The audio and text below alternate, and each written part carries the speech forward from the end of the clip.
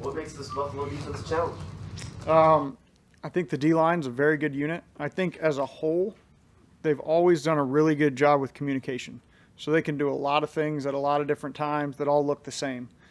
It's really, for the most part, it doesn't seem like it's overly complicated, but the fact that they can do what they need to do by making it all look the same is what's really impressive. I have a lot of respect just for the communication aspect of it, to all be on the same page all the time, really regardless of who's playing. And then the D-line is just relentless. They got a lot of depth, play a lot of bodies, throw a lot at you, and they do a good job. Is Von Miller still doing a lot of Von Miller things at this stage? Yes, absolutely. If you're going to start listing off the best pass rushers in the league, it's not going to take you long to get to Von Miller still. And, you know, he has that respect from us and really across the league as you talk to a lot of people that have played them and what they know he's still capable of providing out there. Doug said on Sunday he thought going tempo kind of helped you guys a little bit. Seems like the players have kind of embraced that. What about going tempo do you think helps an offense? Yeah, I think sometimes you're going to simplify a little bit of what you do. You're taking out the details, whatever those types of eye candy would be for just lining up and playing, and gaining your advantage now by playing fast, trying to simplify the defensive schemes. And you tend to do things that you do well. And then we've kind of got a system built that we can communicate fairly quickly and still do a lot of different things that we do well in that system. So, it's part of it's being efficient. You don't want to just go tempo on second 50. When you lose 5 yards, it doesn't really do benefit to jump on the ball and keep playing. So sometimes when you hit a big play or you get a little bit of momentum, you want to stay on the ball and you want to kind of build that momentum out a little bit. Through the first 2 weeks, the explosive plays have been there at times. How do you find maybe some consistency in those single kind of plays between that? Yeah, that's a big thing. I think a big thing for us is our just third down conversions. We haven't had enough snaps because we're not converting enough on third down to begin with. We've had some manageable third down situations that we haven't executed well. But I think, we've had 55 and 54 plays in 2 games. That's not enough. We want to be, even watching last year when we played Buffalo, we were up in the high 80s, I believe it was, in just that game alone. So we need to be in there. And then that gives you more opportunities to spread the ball around, more touches, get a little bit more rhythm for across the board. Everybody as players gets a little bit more rhythm when you're getting more calls in and things like that. So third down conversions is a big part of trying to be able to continue to develop that consistency and that consistent momentum, I guess you will. Trevor talked about communication issues, and he specifically mentioned, plays in the huddle, getting out in time. Why has there been that disconnect? Yeah, that's a big thing, and really it's been in the red zone, where we always know that's an issue because your substitutions are traveling the furthest point they could throughout the course of a game. So you're leaving the player's box into the red zone there. You're trying to be quick in and out. We've got to get in and out of the huddle. Sometimes an explosive play led you to that. That's one of the issues we had the other day. Trevor had the long scramble, gets down there, and then we struggle to get in and out of the huddle because, again, I think we're all everybody takes a deep breath. When it's 3rd and 8, you convert on a 30-yard run, whatever that may be. Take a deep breath. Well, the clock's rolling. So we got to get in and out. We got to communicate quickly. We got to get to the line. We got to be aware of the play clock, and then we got to execute. And then that's also when you're on the road. We were obviously at home, but when you're on the road, you're closest to the opposing fan base a lot of times in the red zone, especially in Buffalo. It's about 10 yards off the end zone where the fans are. So it gets very loud in those situations. So it's just about keeping a tight huddle, making sure we hear the call. A lot of that helps with just understanding the game plan. If we know exactly what the call's going to be, you're anticipating it, you hear it in the huddle, you break, and then we can communicate and operate cleanly. So is there any breakdown in terms of timing of play call going from you to Trevor, or no? I'm sure there's somewhere along there. I'm sure we're all responsible in some way, shape, or form for, getting personnel in, getting call in, getting it communicated, and getting it broken, yes. But is that something that should be any of the communication issues, year 3 in the offense? I know Right. There's some new guys there, but Right. still, year 3 in the offense, should this be, you guys No. should be beyond this, right? We should be beyond this, yes, sir. Yep. How much of Trevor's accuracy issues here in these first 2 games are him? How much of it is maybe sometimes being under a little too much duress? What do you make of it? Because that's a pretty low number for him. Yeah, completion percentage being a low number, you're saying. I think completion percentage and accuracy can be different at times. I understand what you're saying with it. You take into account drops and throwaways, that's going to make it look like you are not accurate, quote unquote, but I don't know if that's necessarily the case. There have been times we've missed some throws, whether that be timing, pressure, timing and routes, or constricted field space in the red zone. I think those comes into play as well. Obviously, Trevor was very critical of the offense the other day after the game.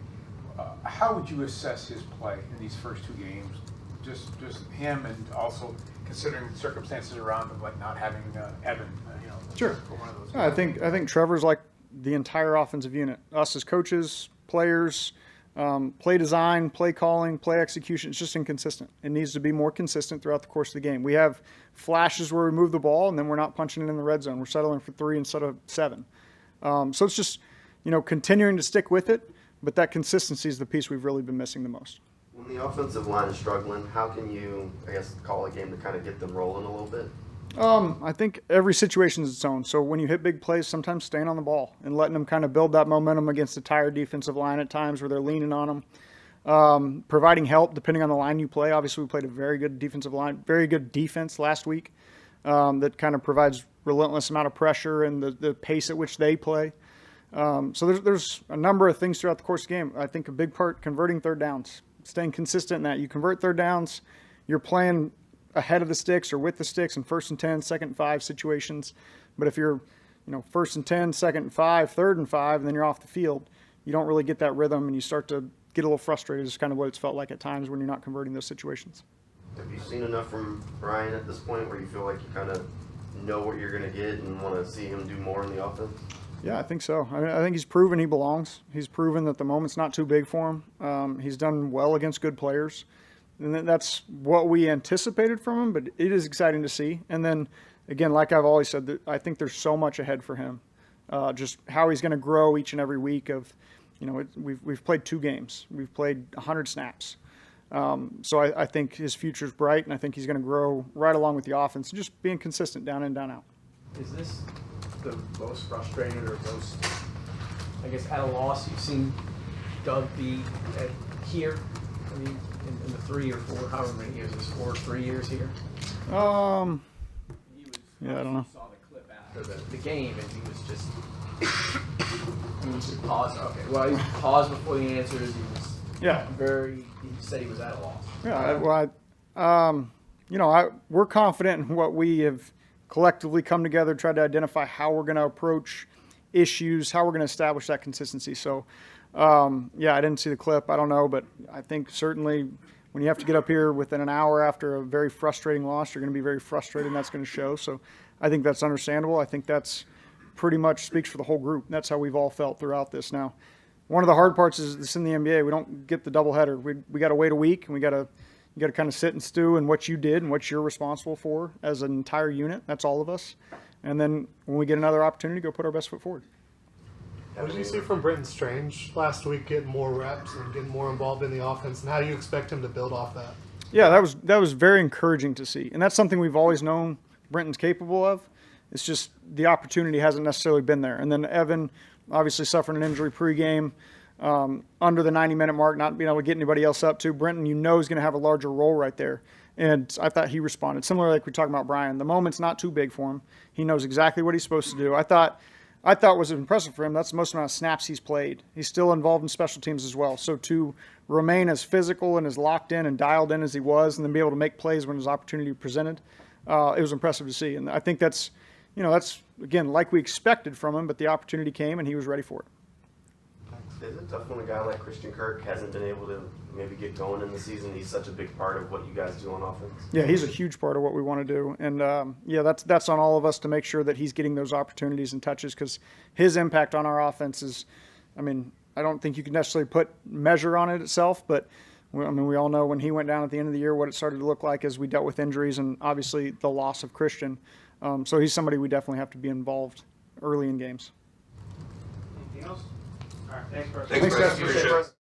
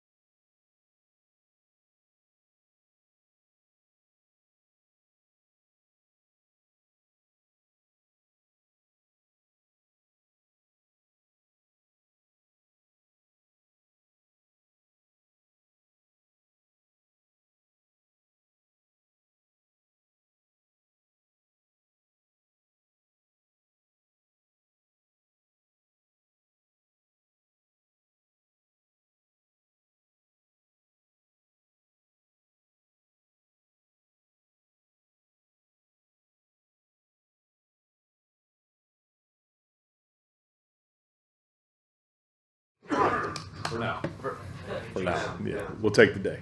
Hey, Coach, after looking at the film at Montero Brown, did you come away with a little bit better impression of how he played in the game, and is this what you need to see from him? Played really well. What a game. I mean, he was all over the place, making tackles, tight coverage. I mean, he was everywhere. It was really good to see confidence. You could see his confidence grow throughout the game, confident in his abilities, press coverage, played some off, cover two. I mean, he was in the right spot. Really good game, and look for him. He came in the building last couple of days, and I mean, just the look on his face was, really good, and so continue to see that from him, day in and day out, and he does a great job of just focusing on himself, like his fundamentals and technique. It's just how he practices. So it wasn't a surprise that he played like that, because that's what we saw him do in camp and in practice. So, but continue to see him get better. What makes Josh Allen just such a challenge to defend? Motor.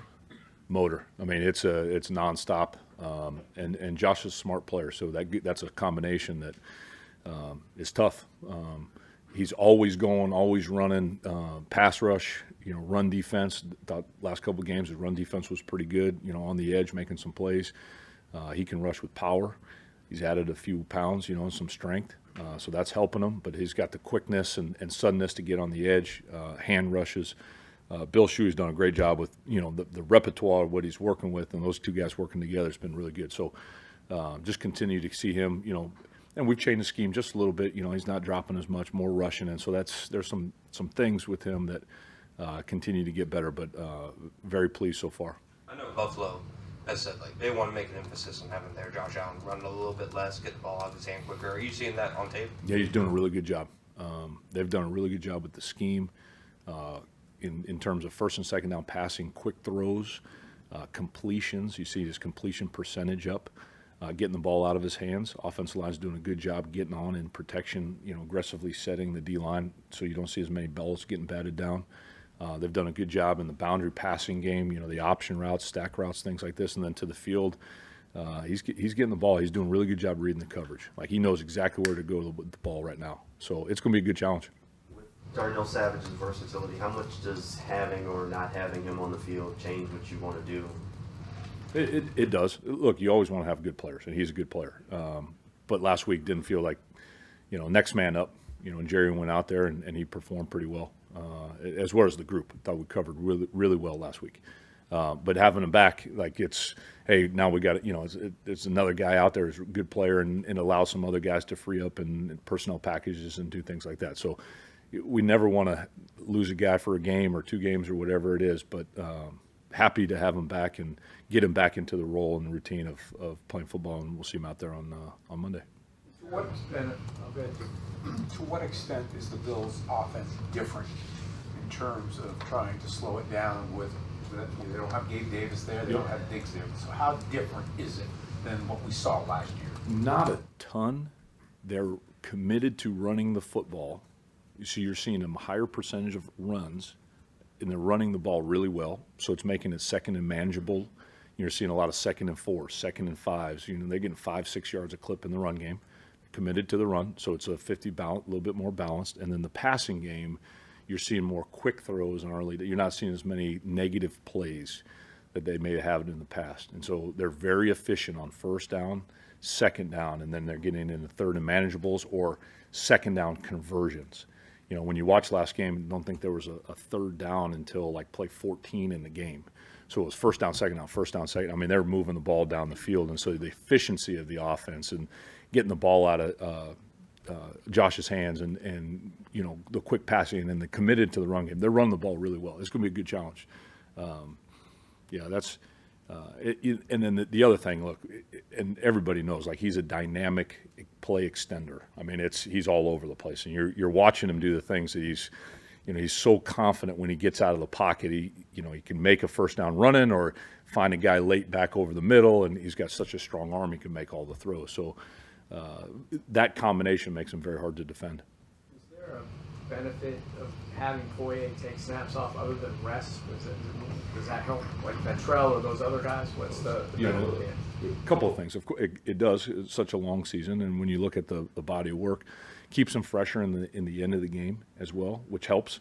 And then the other guys have deserved the reps. Like, we're not just giving guys reps that don't deserve the reps. You know, Ventrell and Chad have had good camp. They put them out there. Ventrell made a play on the toss last game into our sideline. It was a 3rd down and 4 play. He comes shot out and knocks him out of bounds, creates the 4th and 1. Like, so those guys are deserving. You see in Chad in coverage, sure tackler. They're deserving of the reps that they're getting. And so it's creating a nice competition within the group.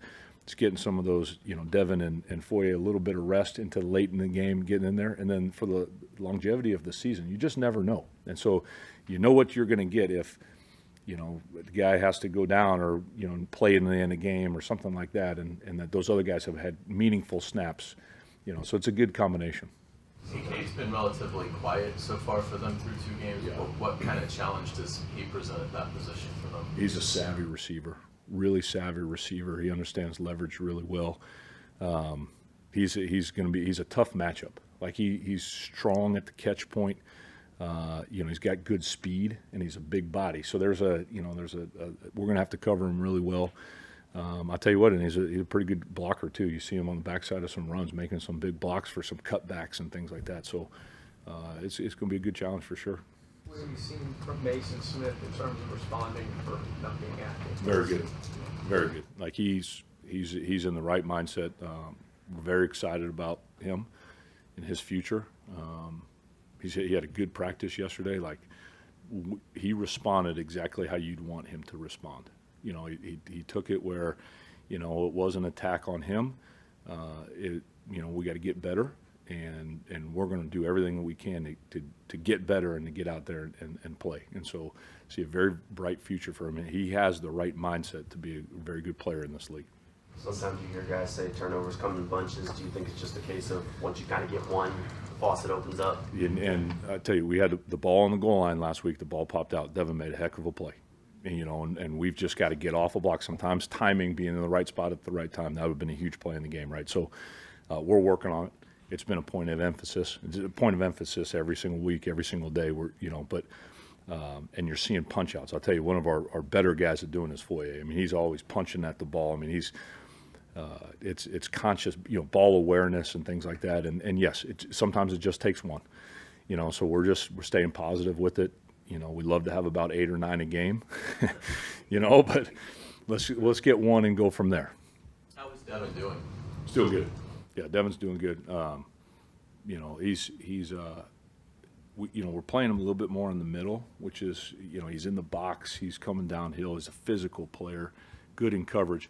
I tell you, one of the things, and this was, you know, kind of one of his deals, is he has a lot of ball production in the passing game. There's a lot of PBUs and tip balls and altered passes because he's around where the catch point is, or he's rushing and he gets a hand up and things like that. So he is affecting the ball disruption.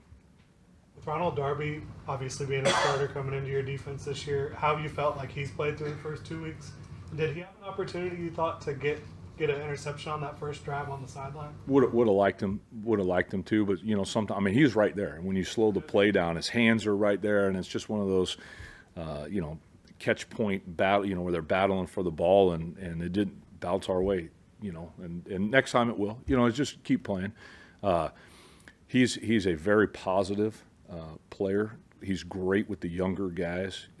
He's in the right spot all the time. I mean, you're seeing this, you know, I thought he took a step from game 1 to game 2. He played a little bit better, you know, but I think the overall package for him, he's got speed, he's got awareness, he's played in the league for a long time. You know, and here's another guy that was out just for a few plays, and Trey Prince got in, and so we're working that rotation where at the end of the game, maybe he's got 5 or 10 plays off, and instead of 60 plays, he plays 50, you know, and that matters in the long run. So, but very positive with the guy. I mean, he's a really good football player, a great teammate. Nothing but good things to say about him. Have you gotten enough from Cisco and Antonio to start the year at safety play? Yeah, I think so. Like, we're doing pretty good back there. You know, it's good physical. You know, Antonio's a younger player. You know, he's going through a little bit of the hey, I'm playing now in National Football, I'm a starter. It takes a little time sometimes. You know, and Cisco, pleased with what he's doing. You know, he had there's one play. You know, if you take the one play, you can't do that. But if you take it out, he's had a pretty good couple of games.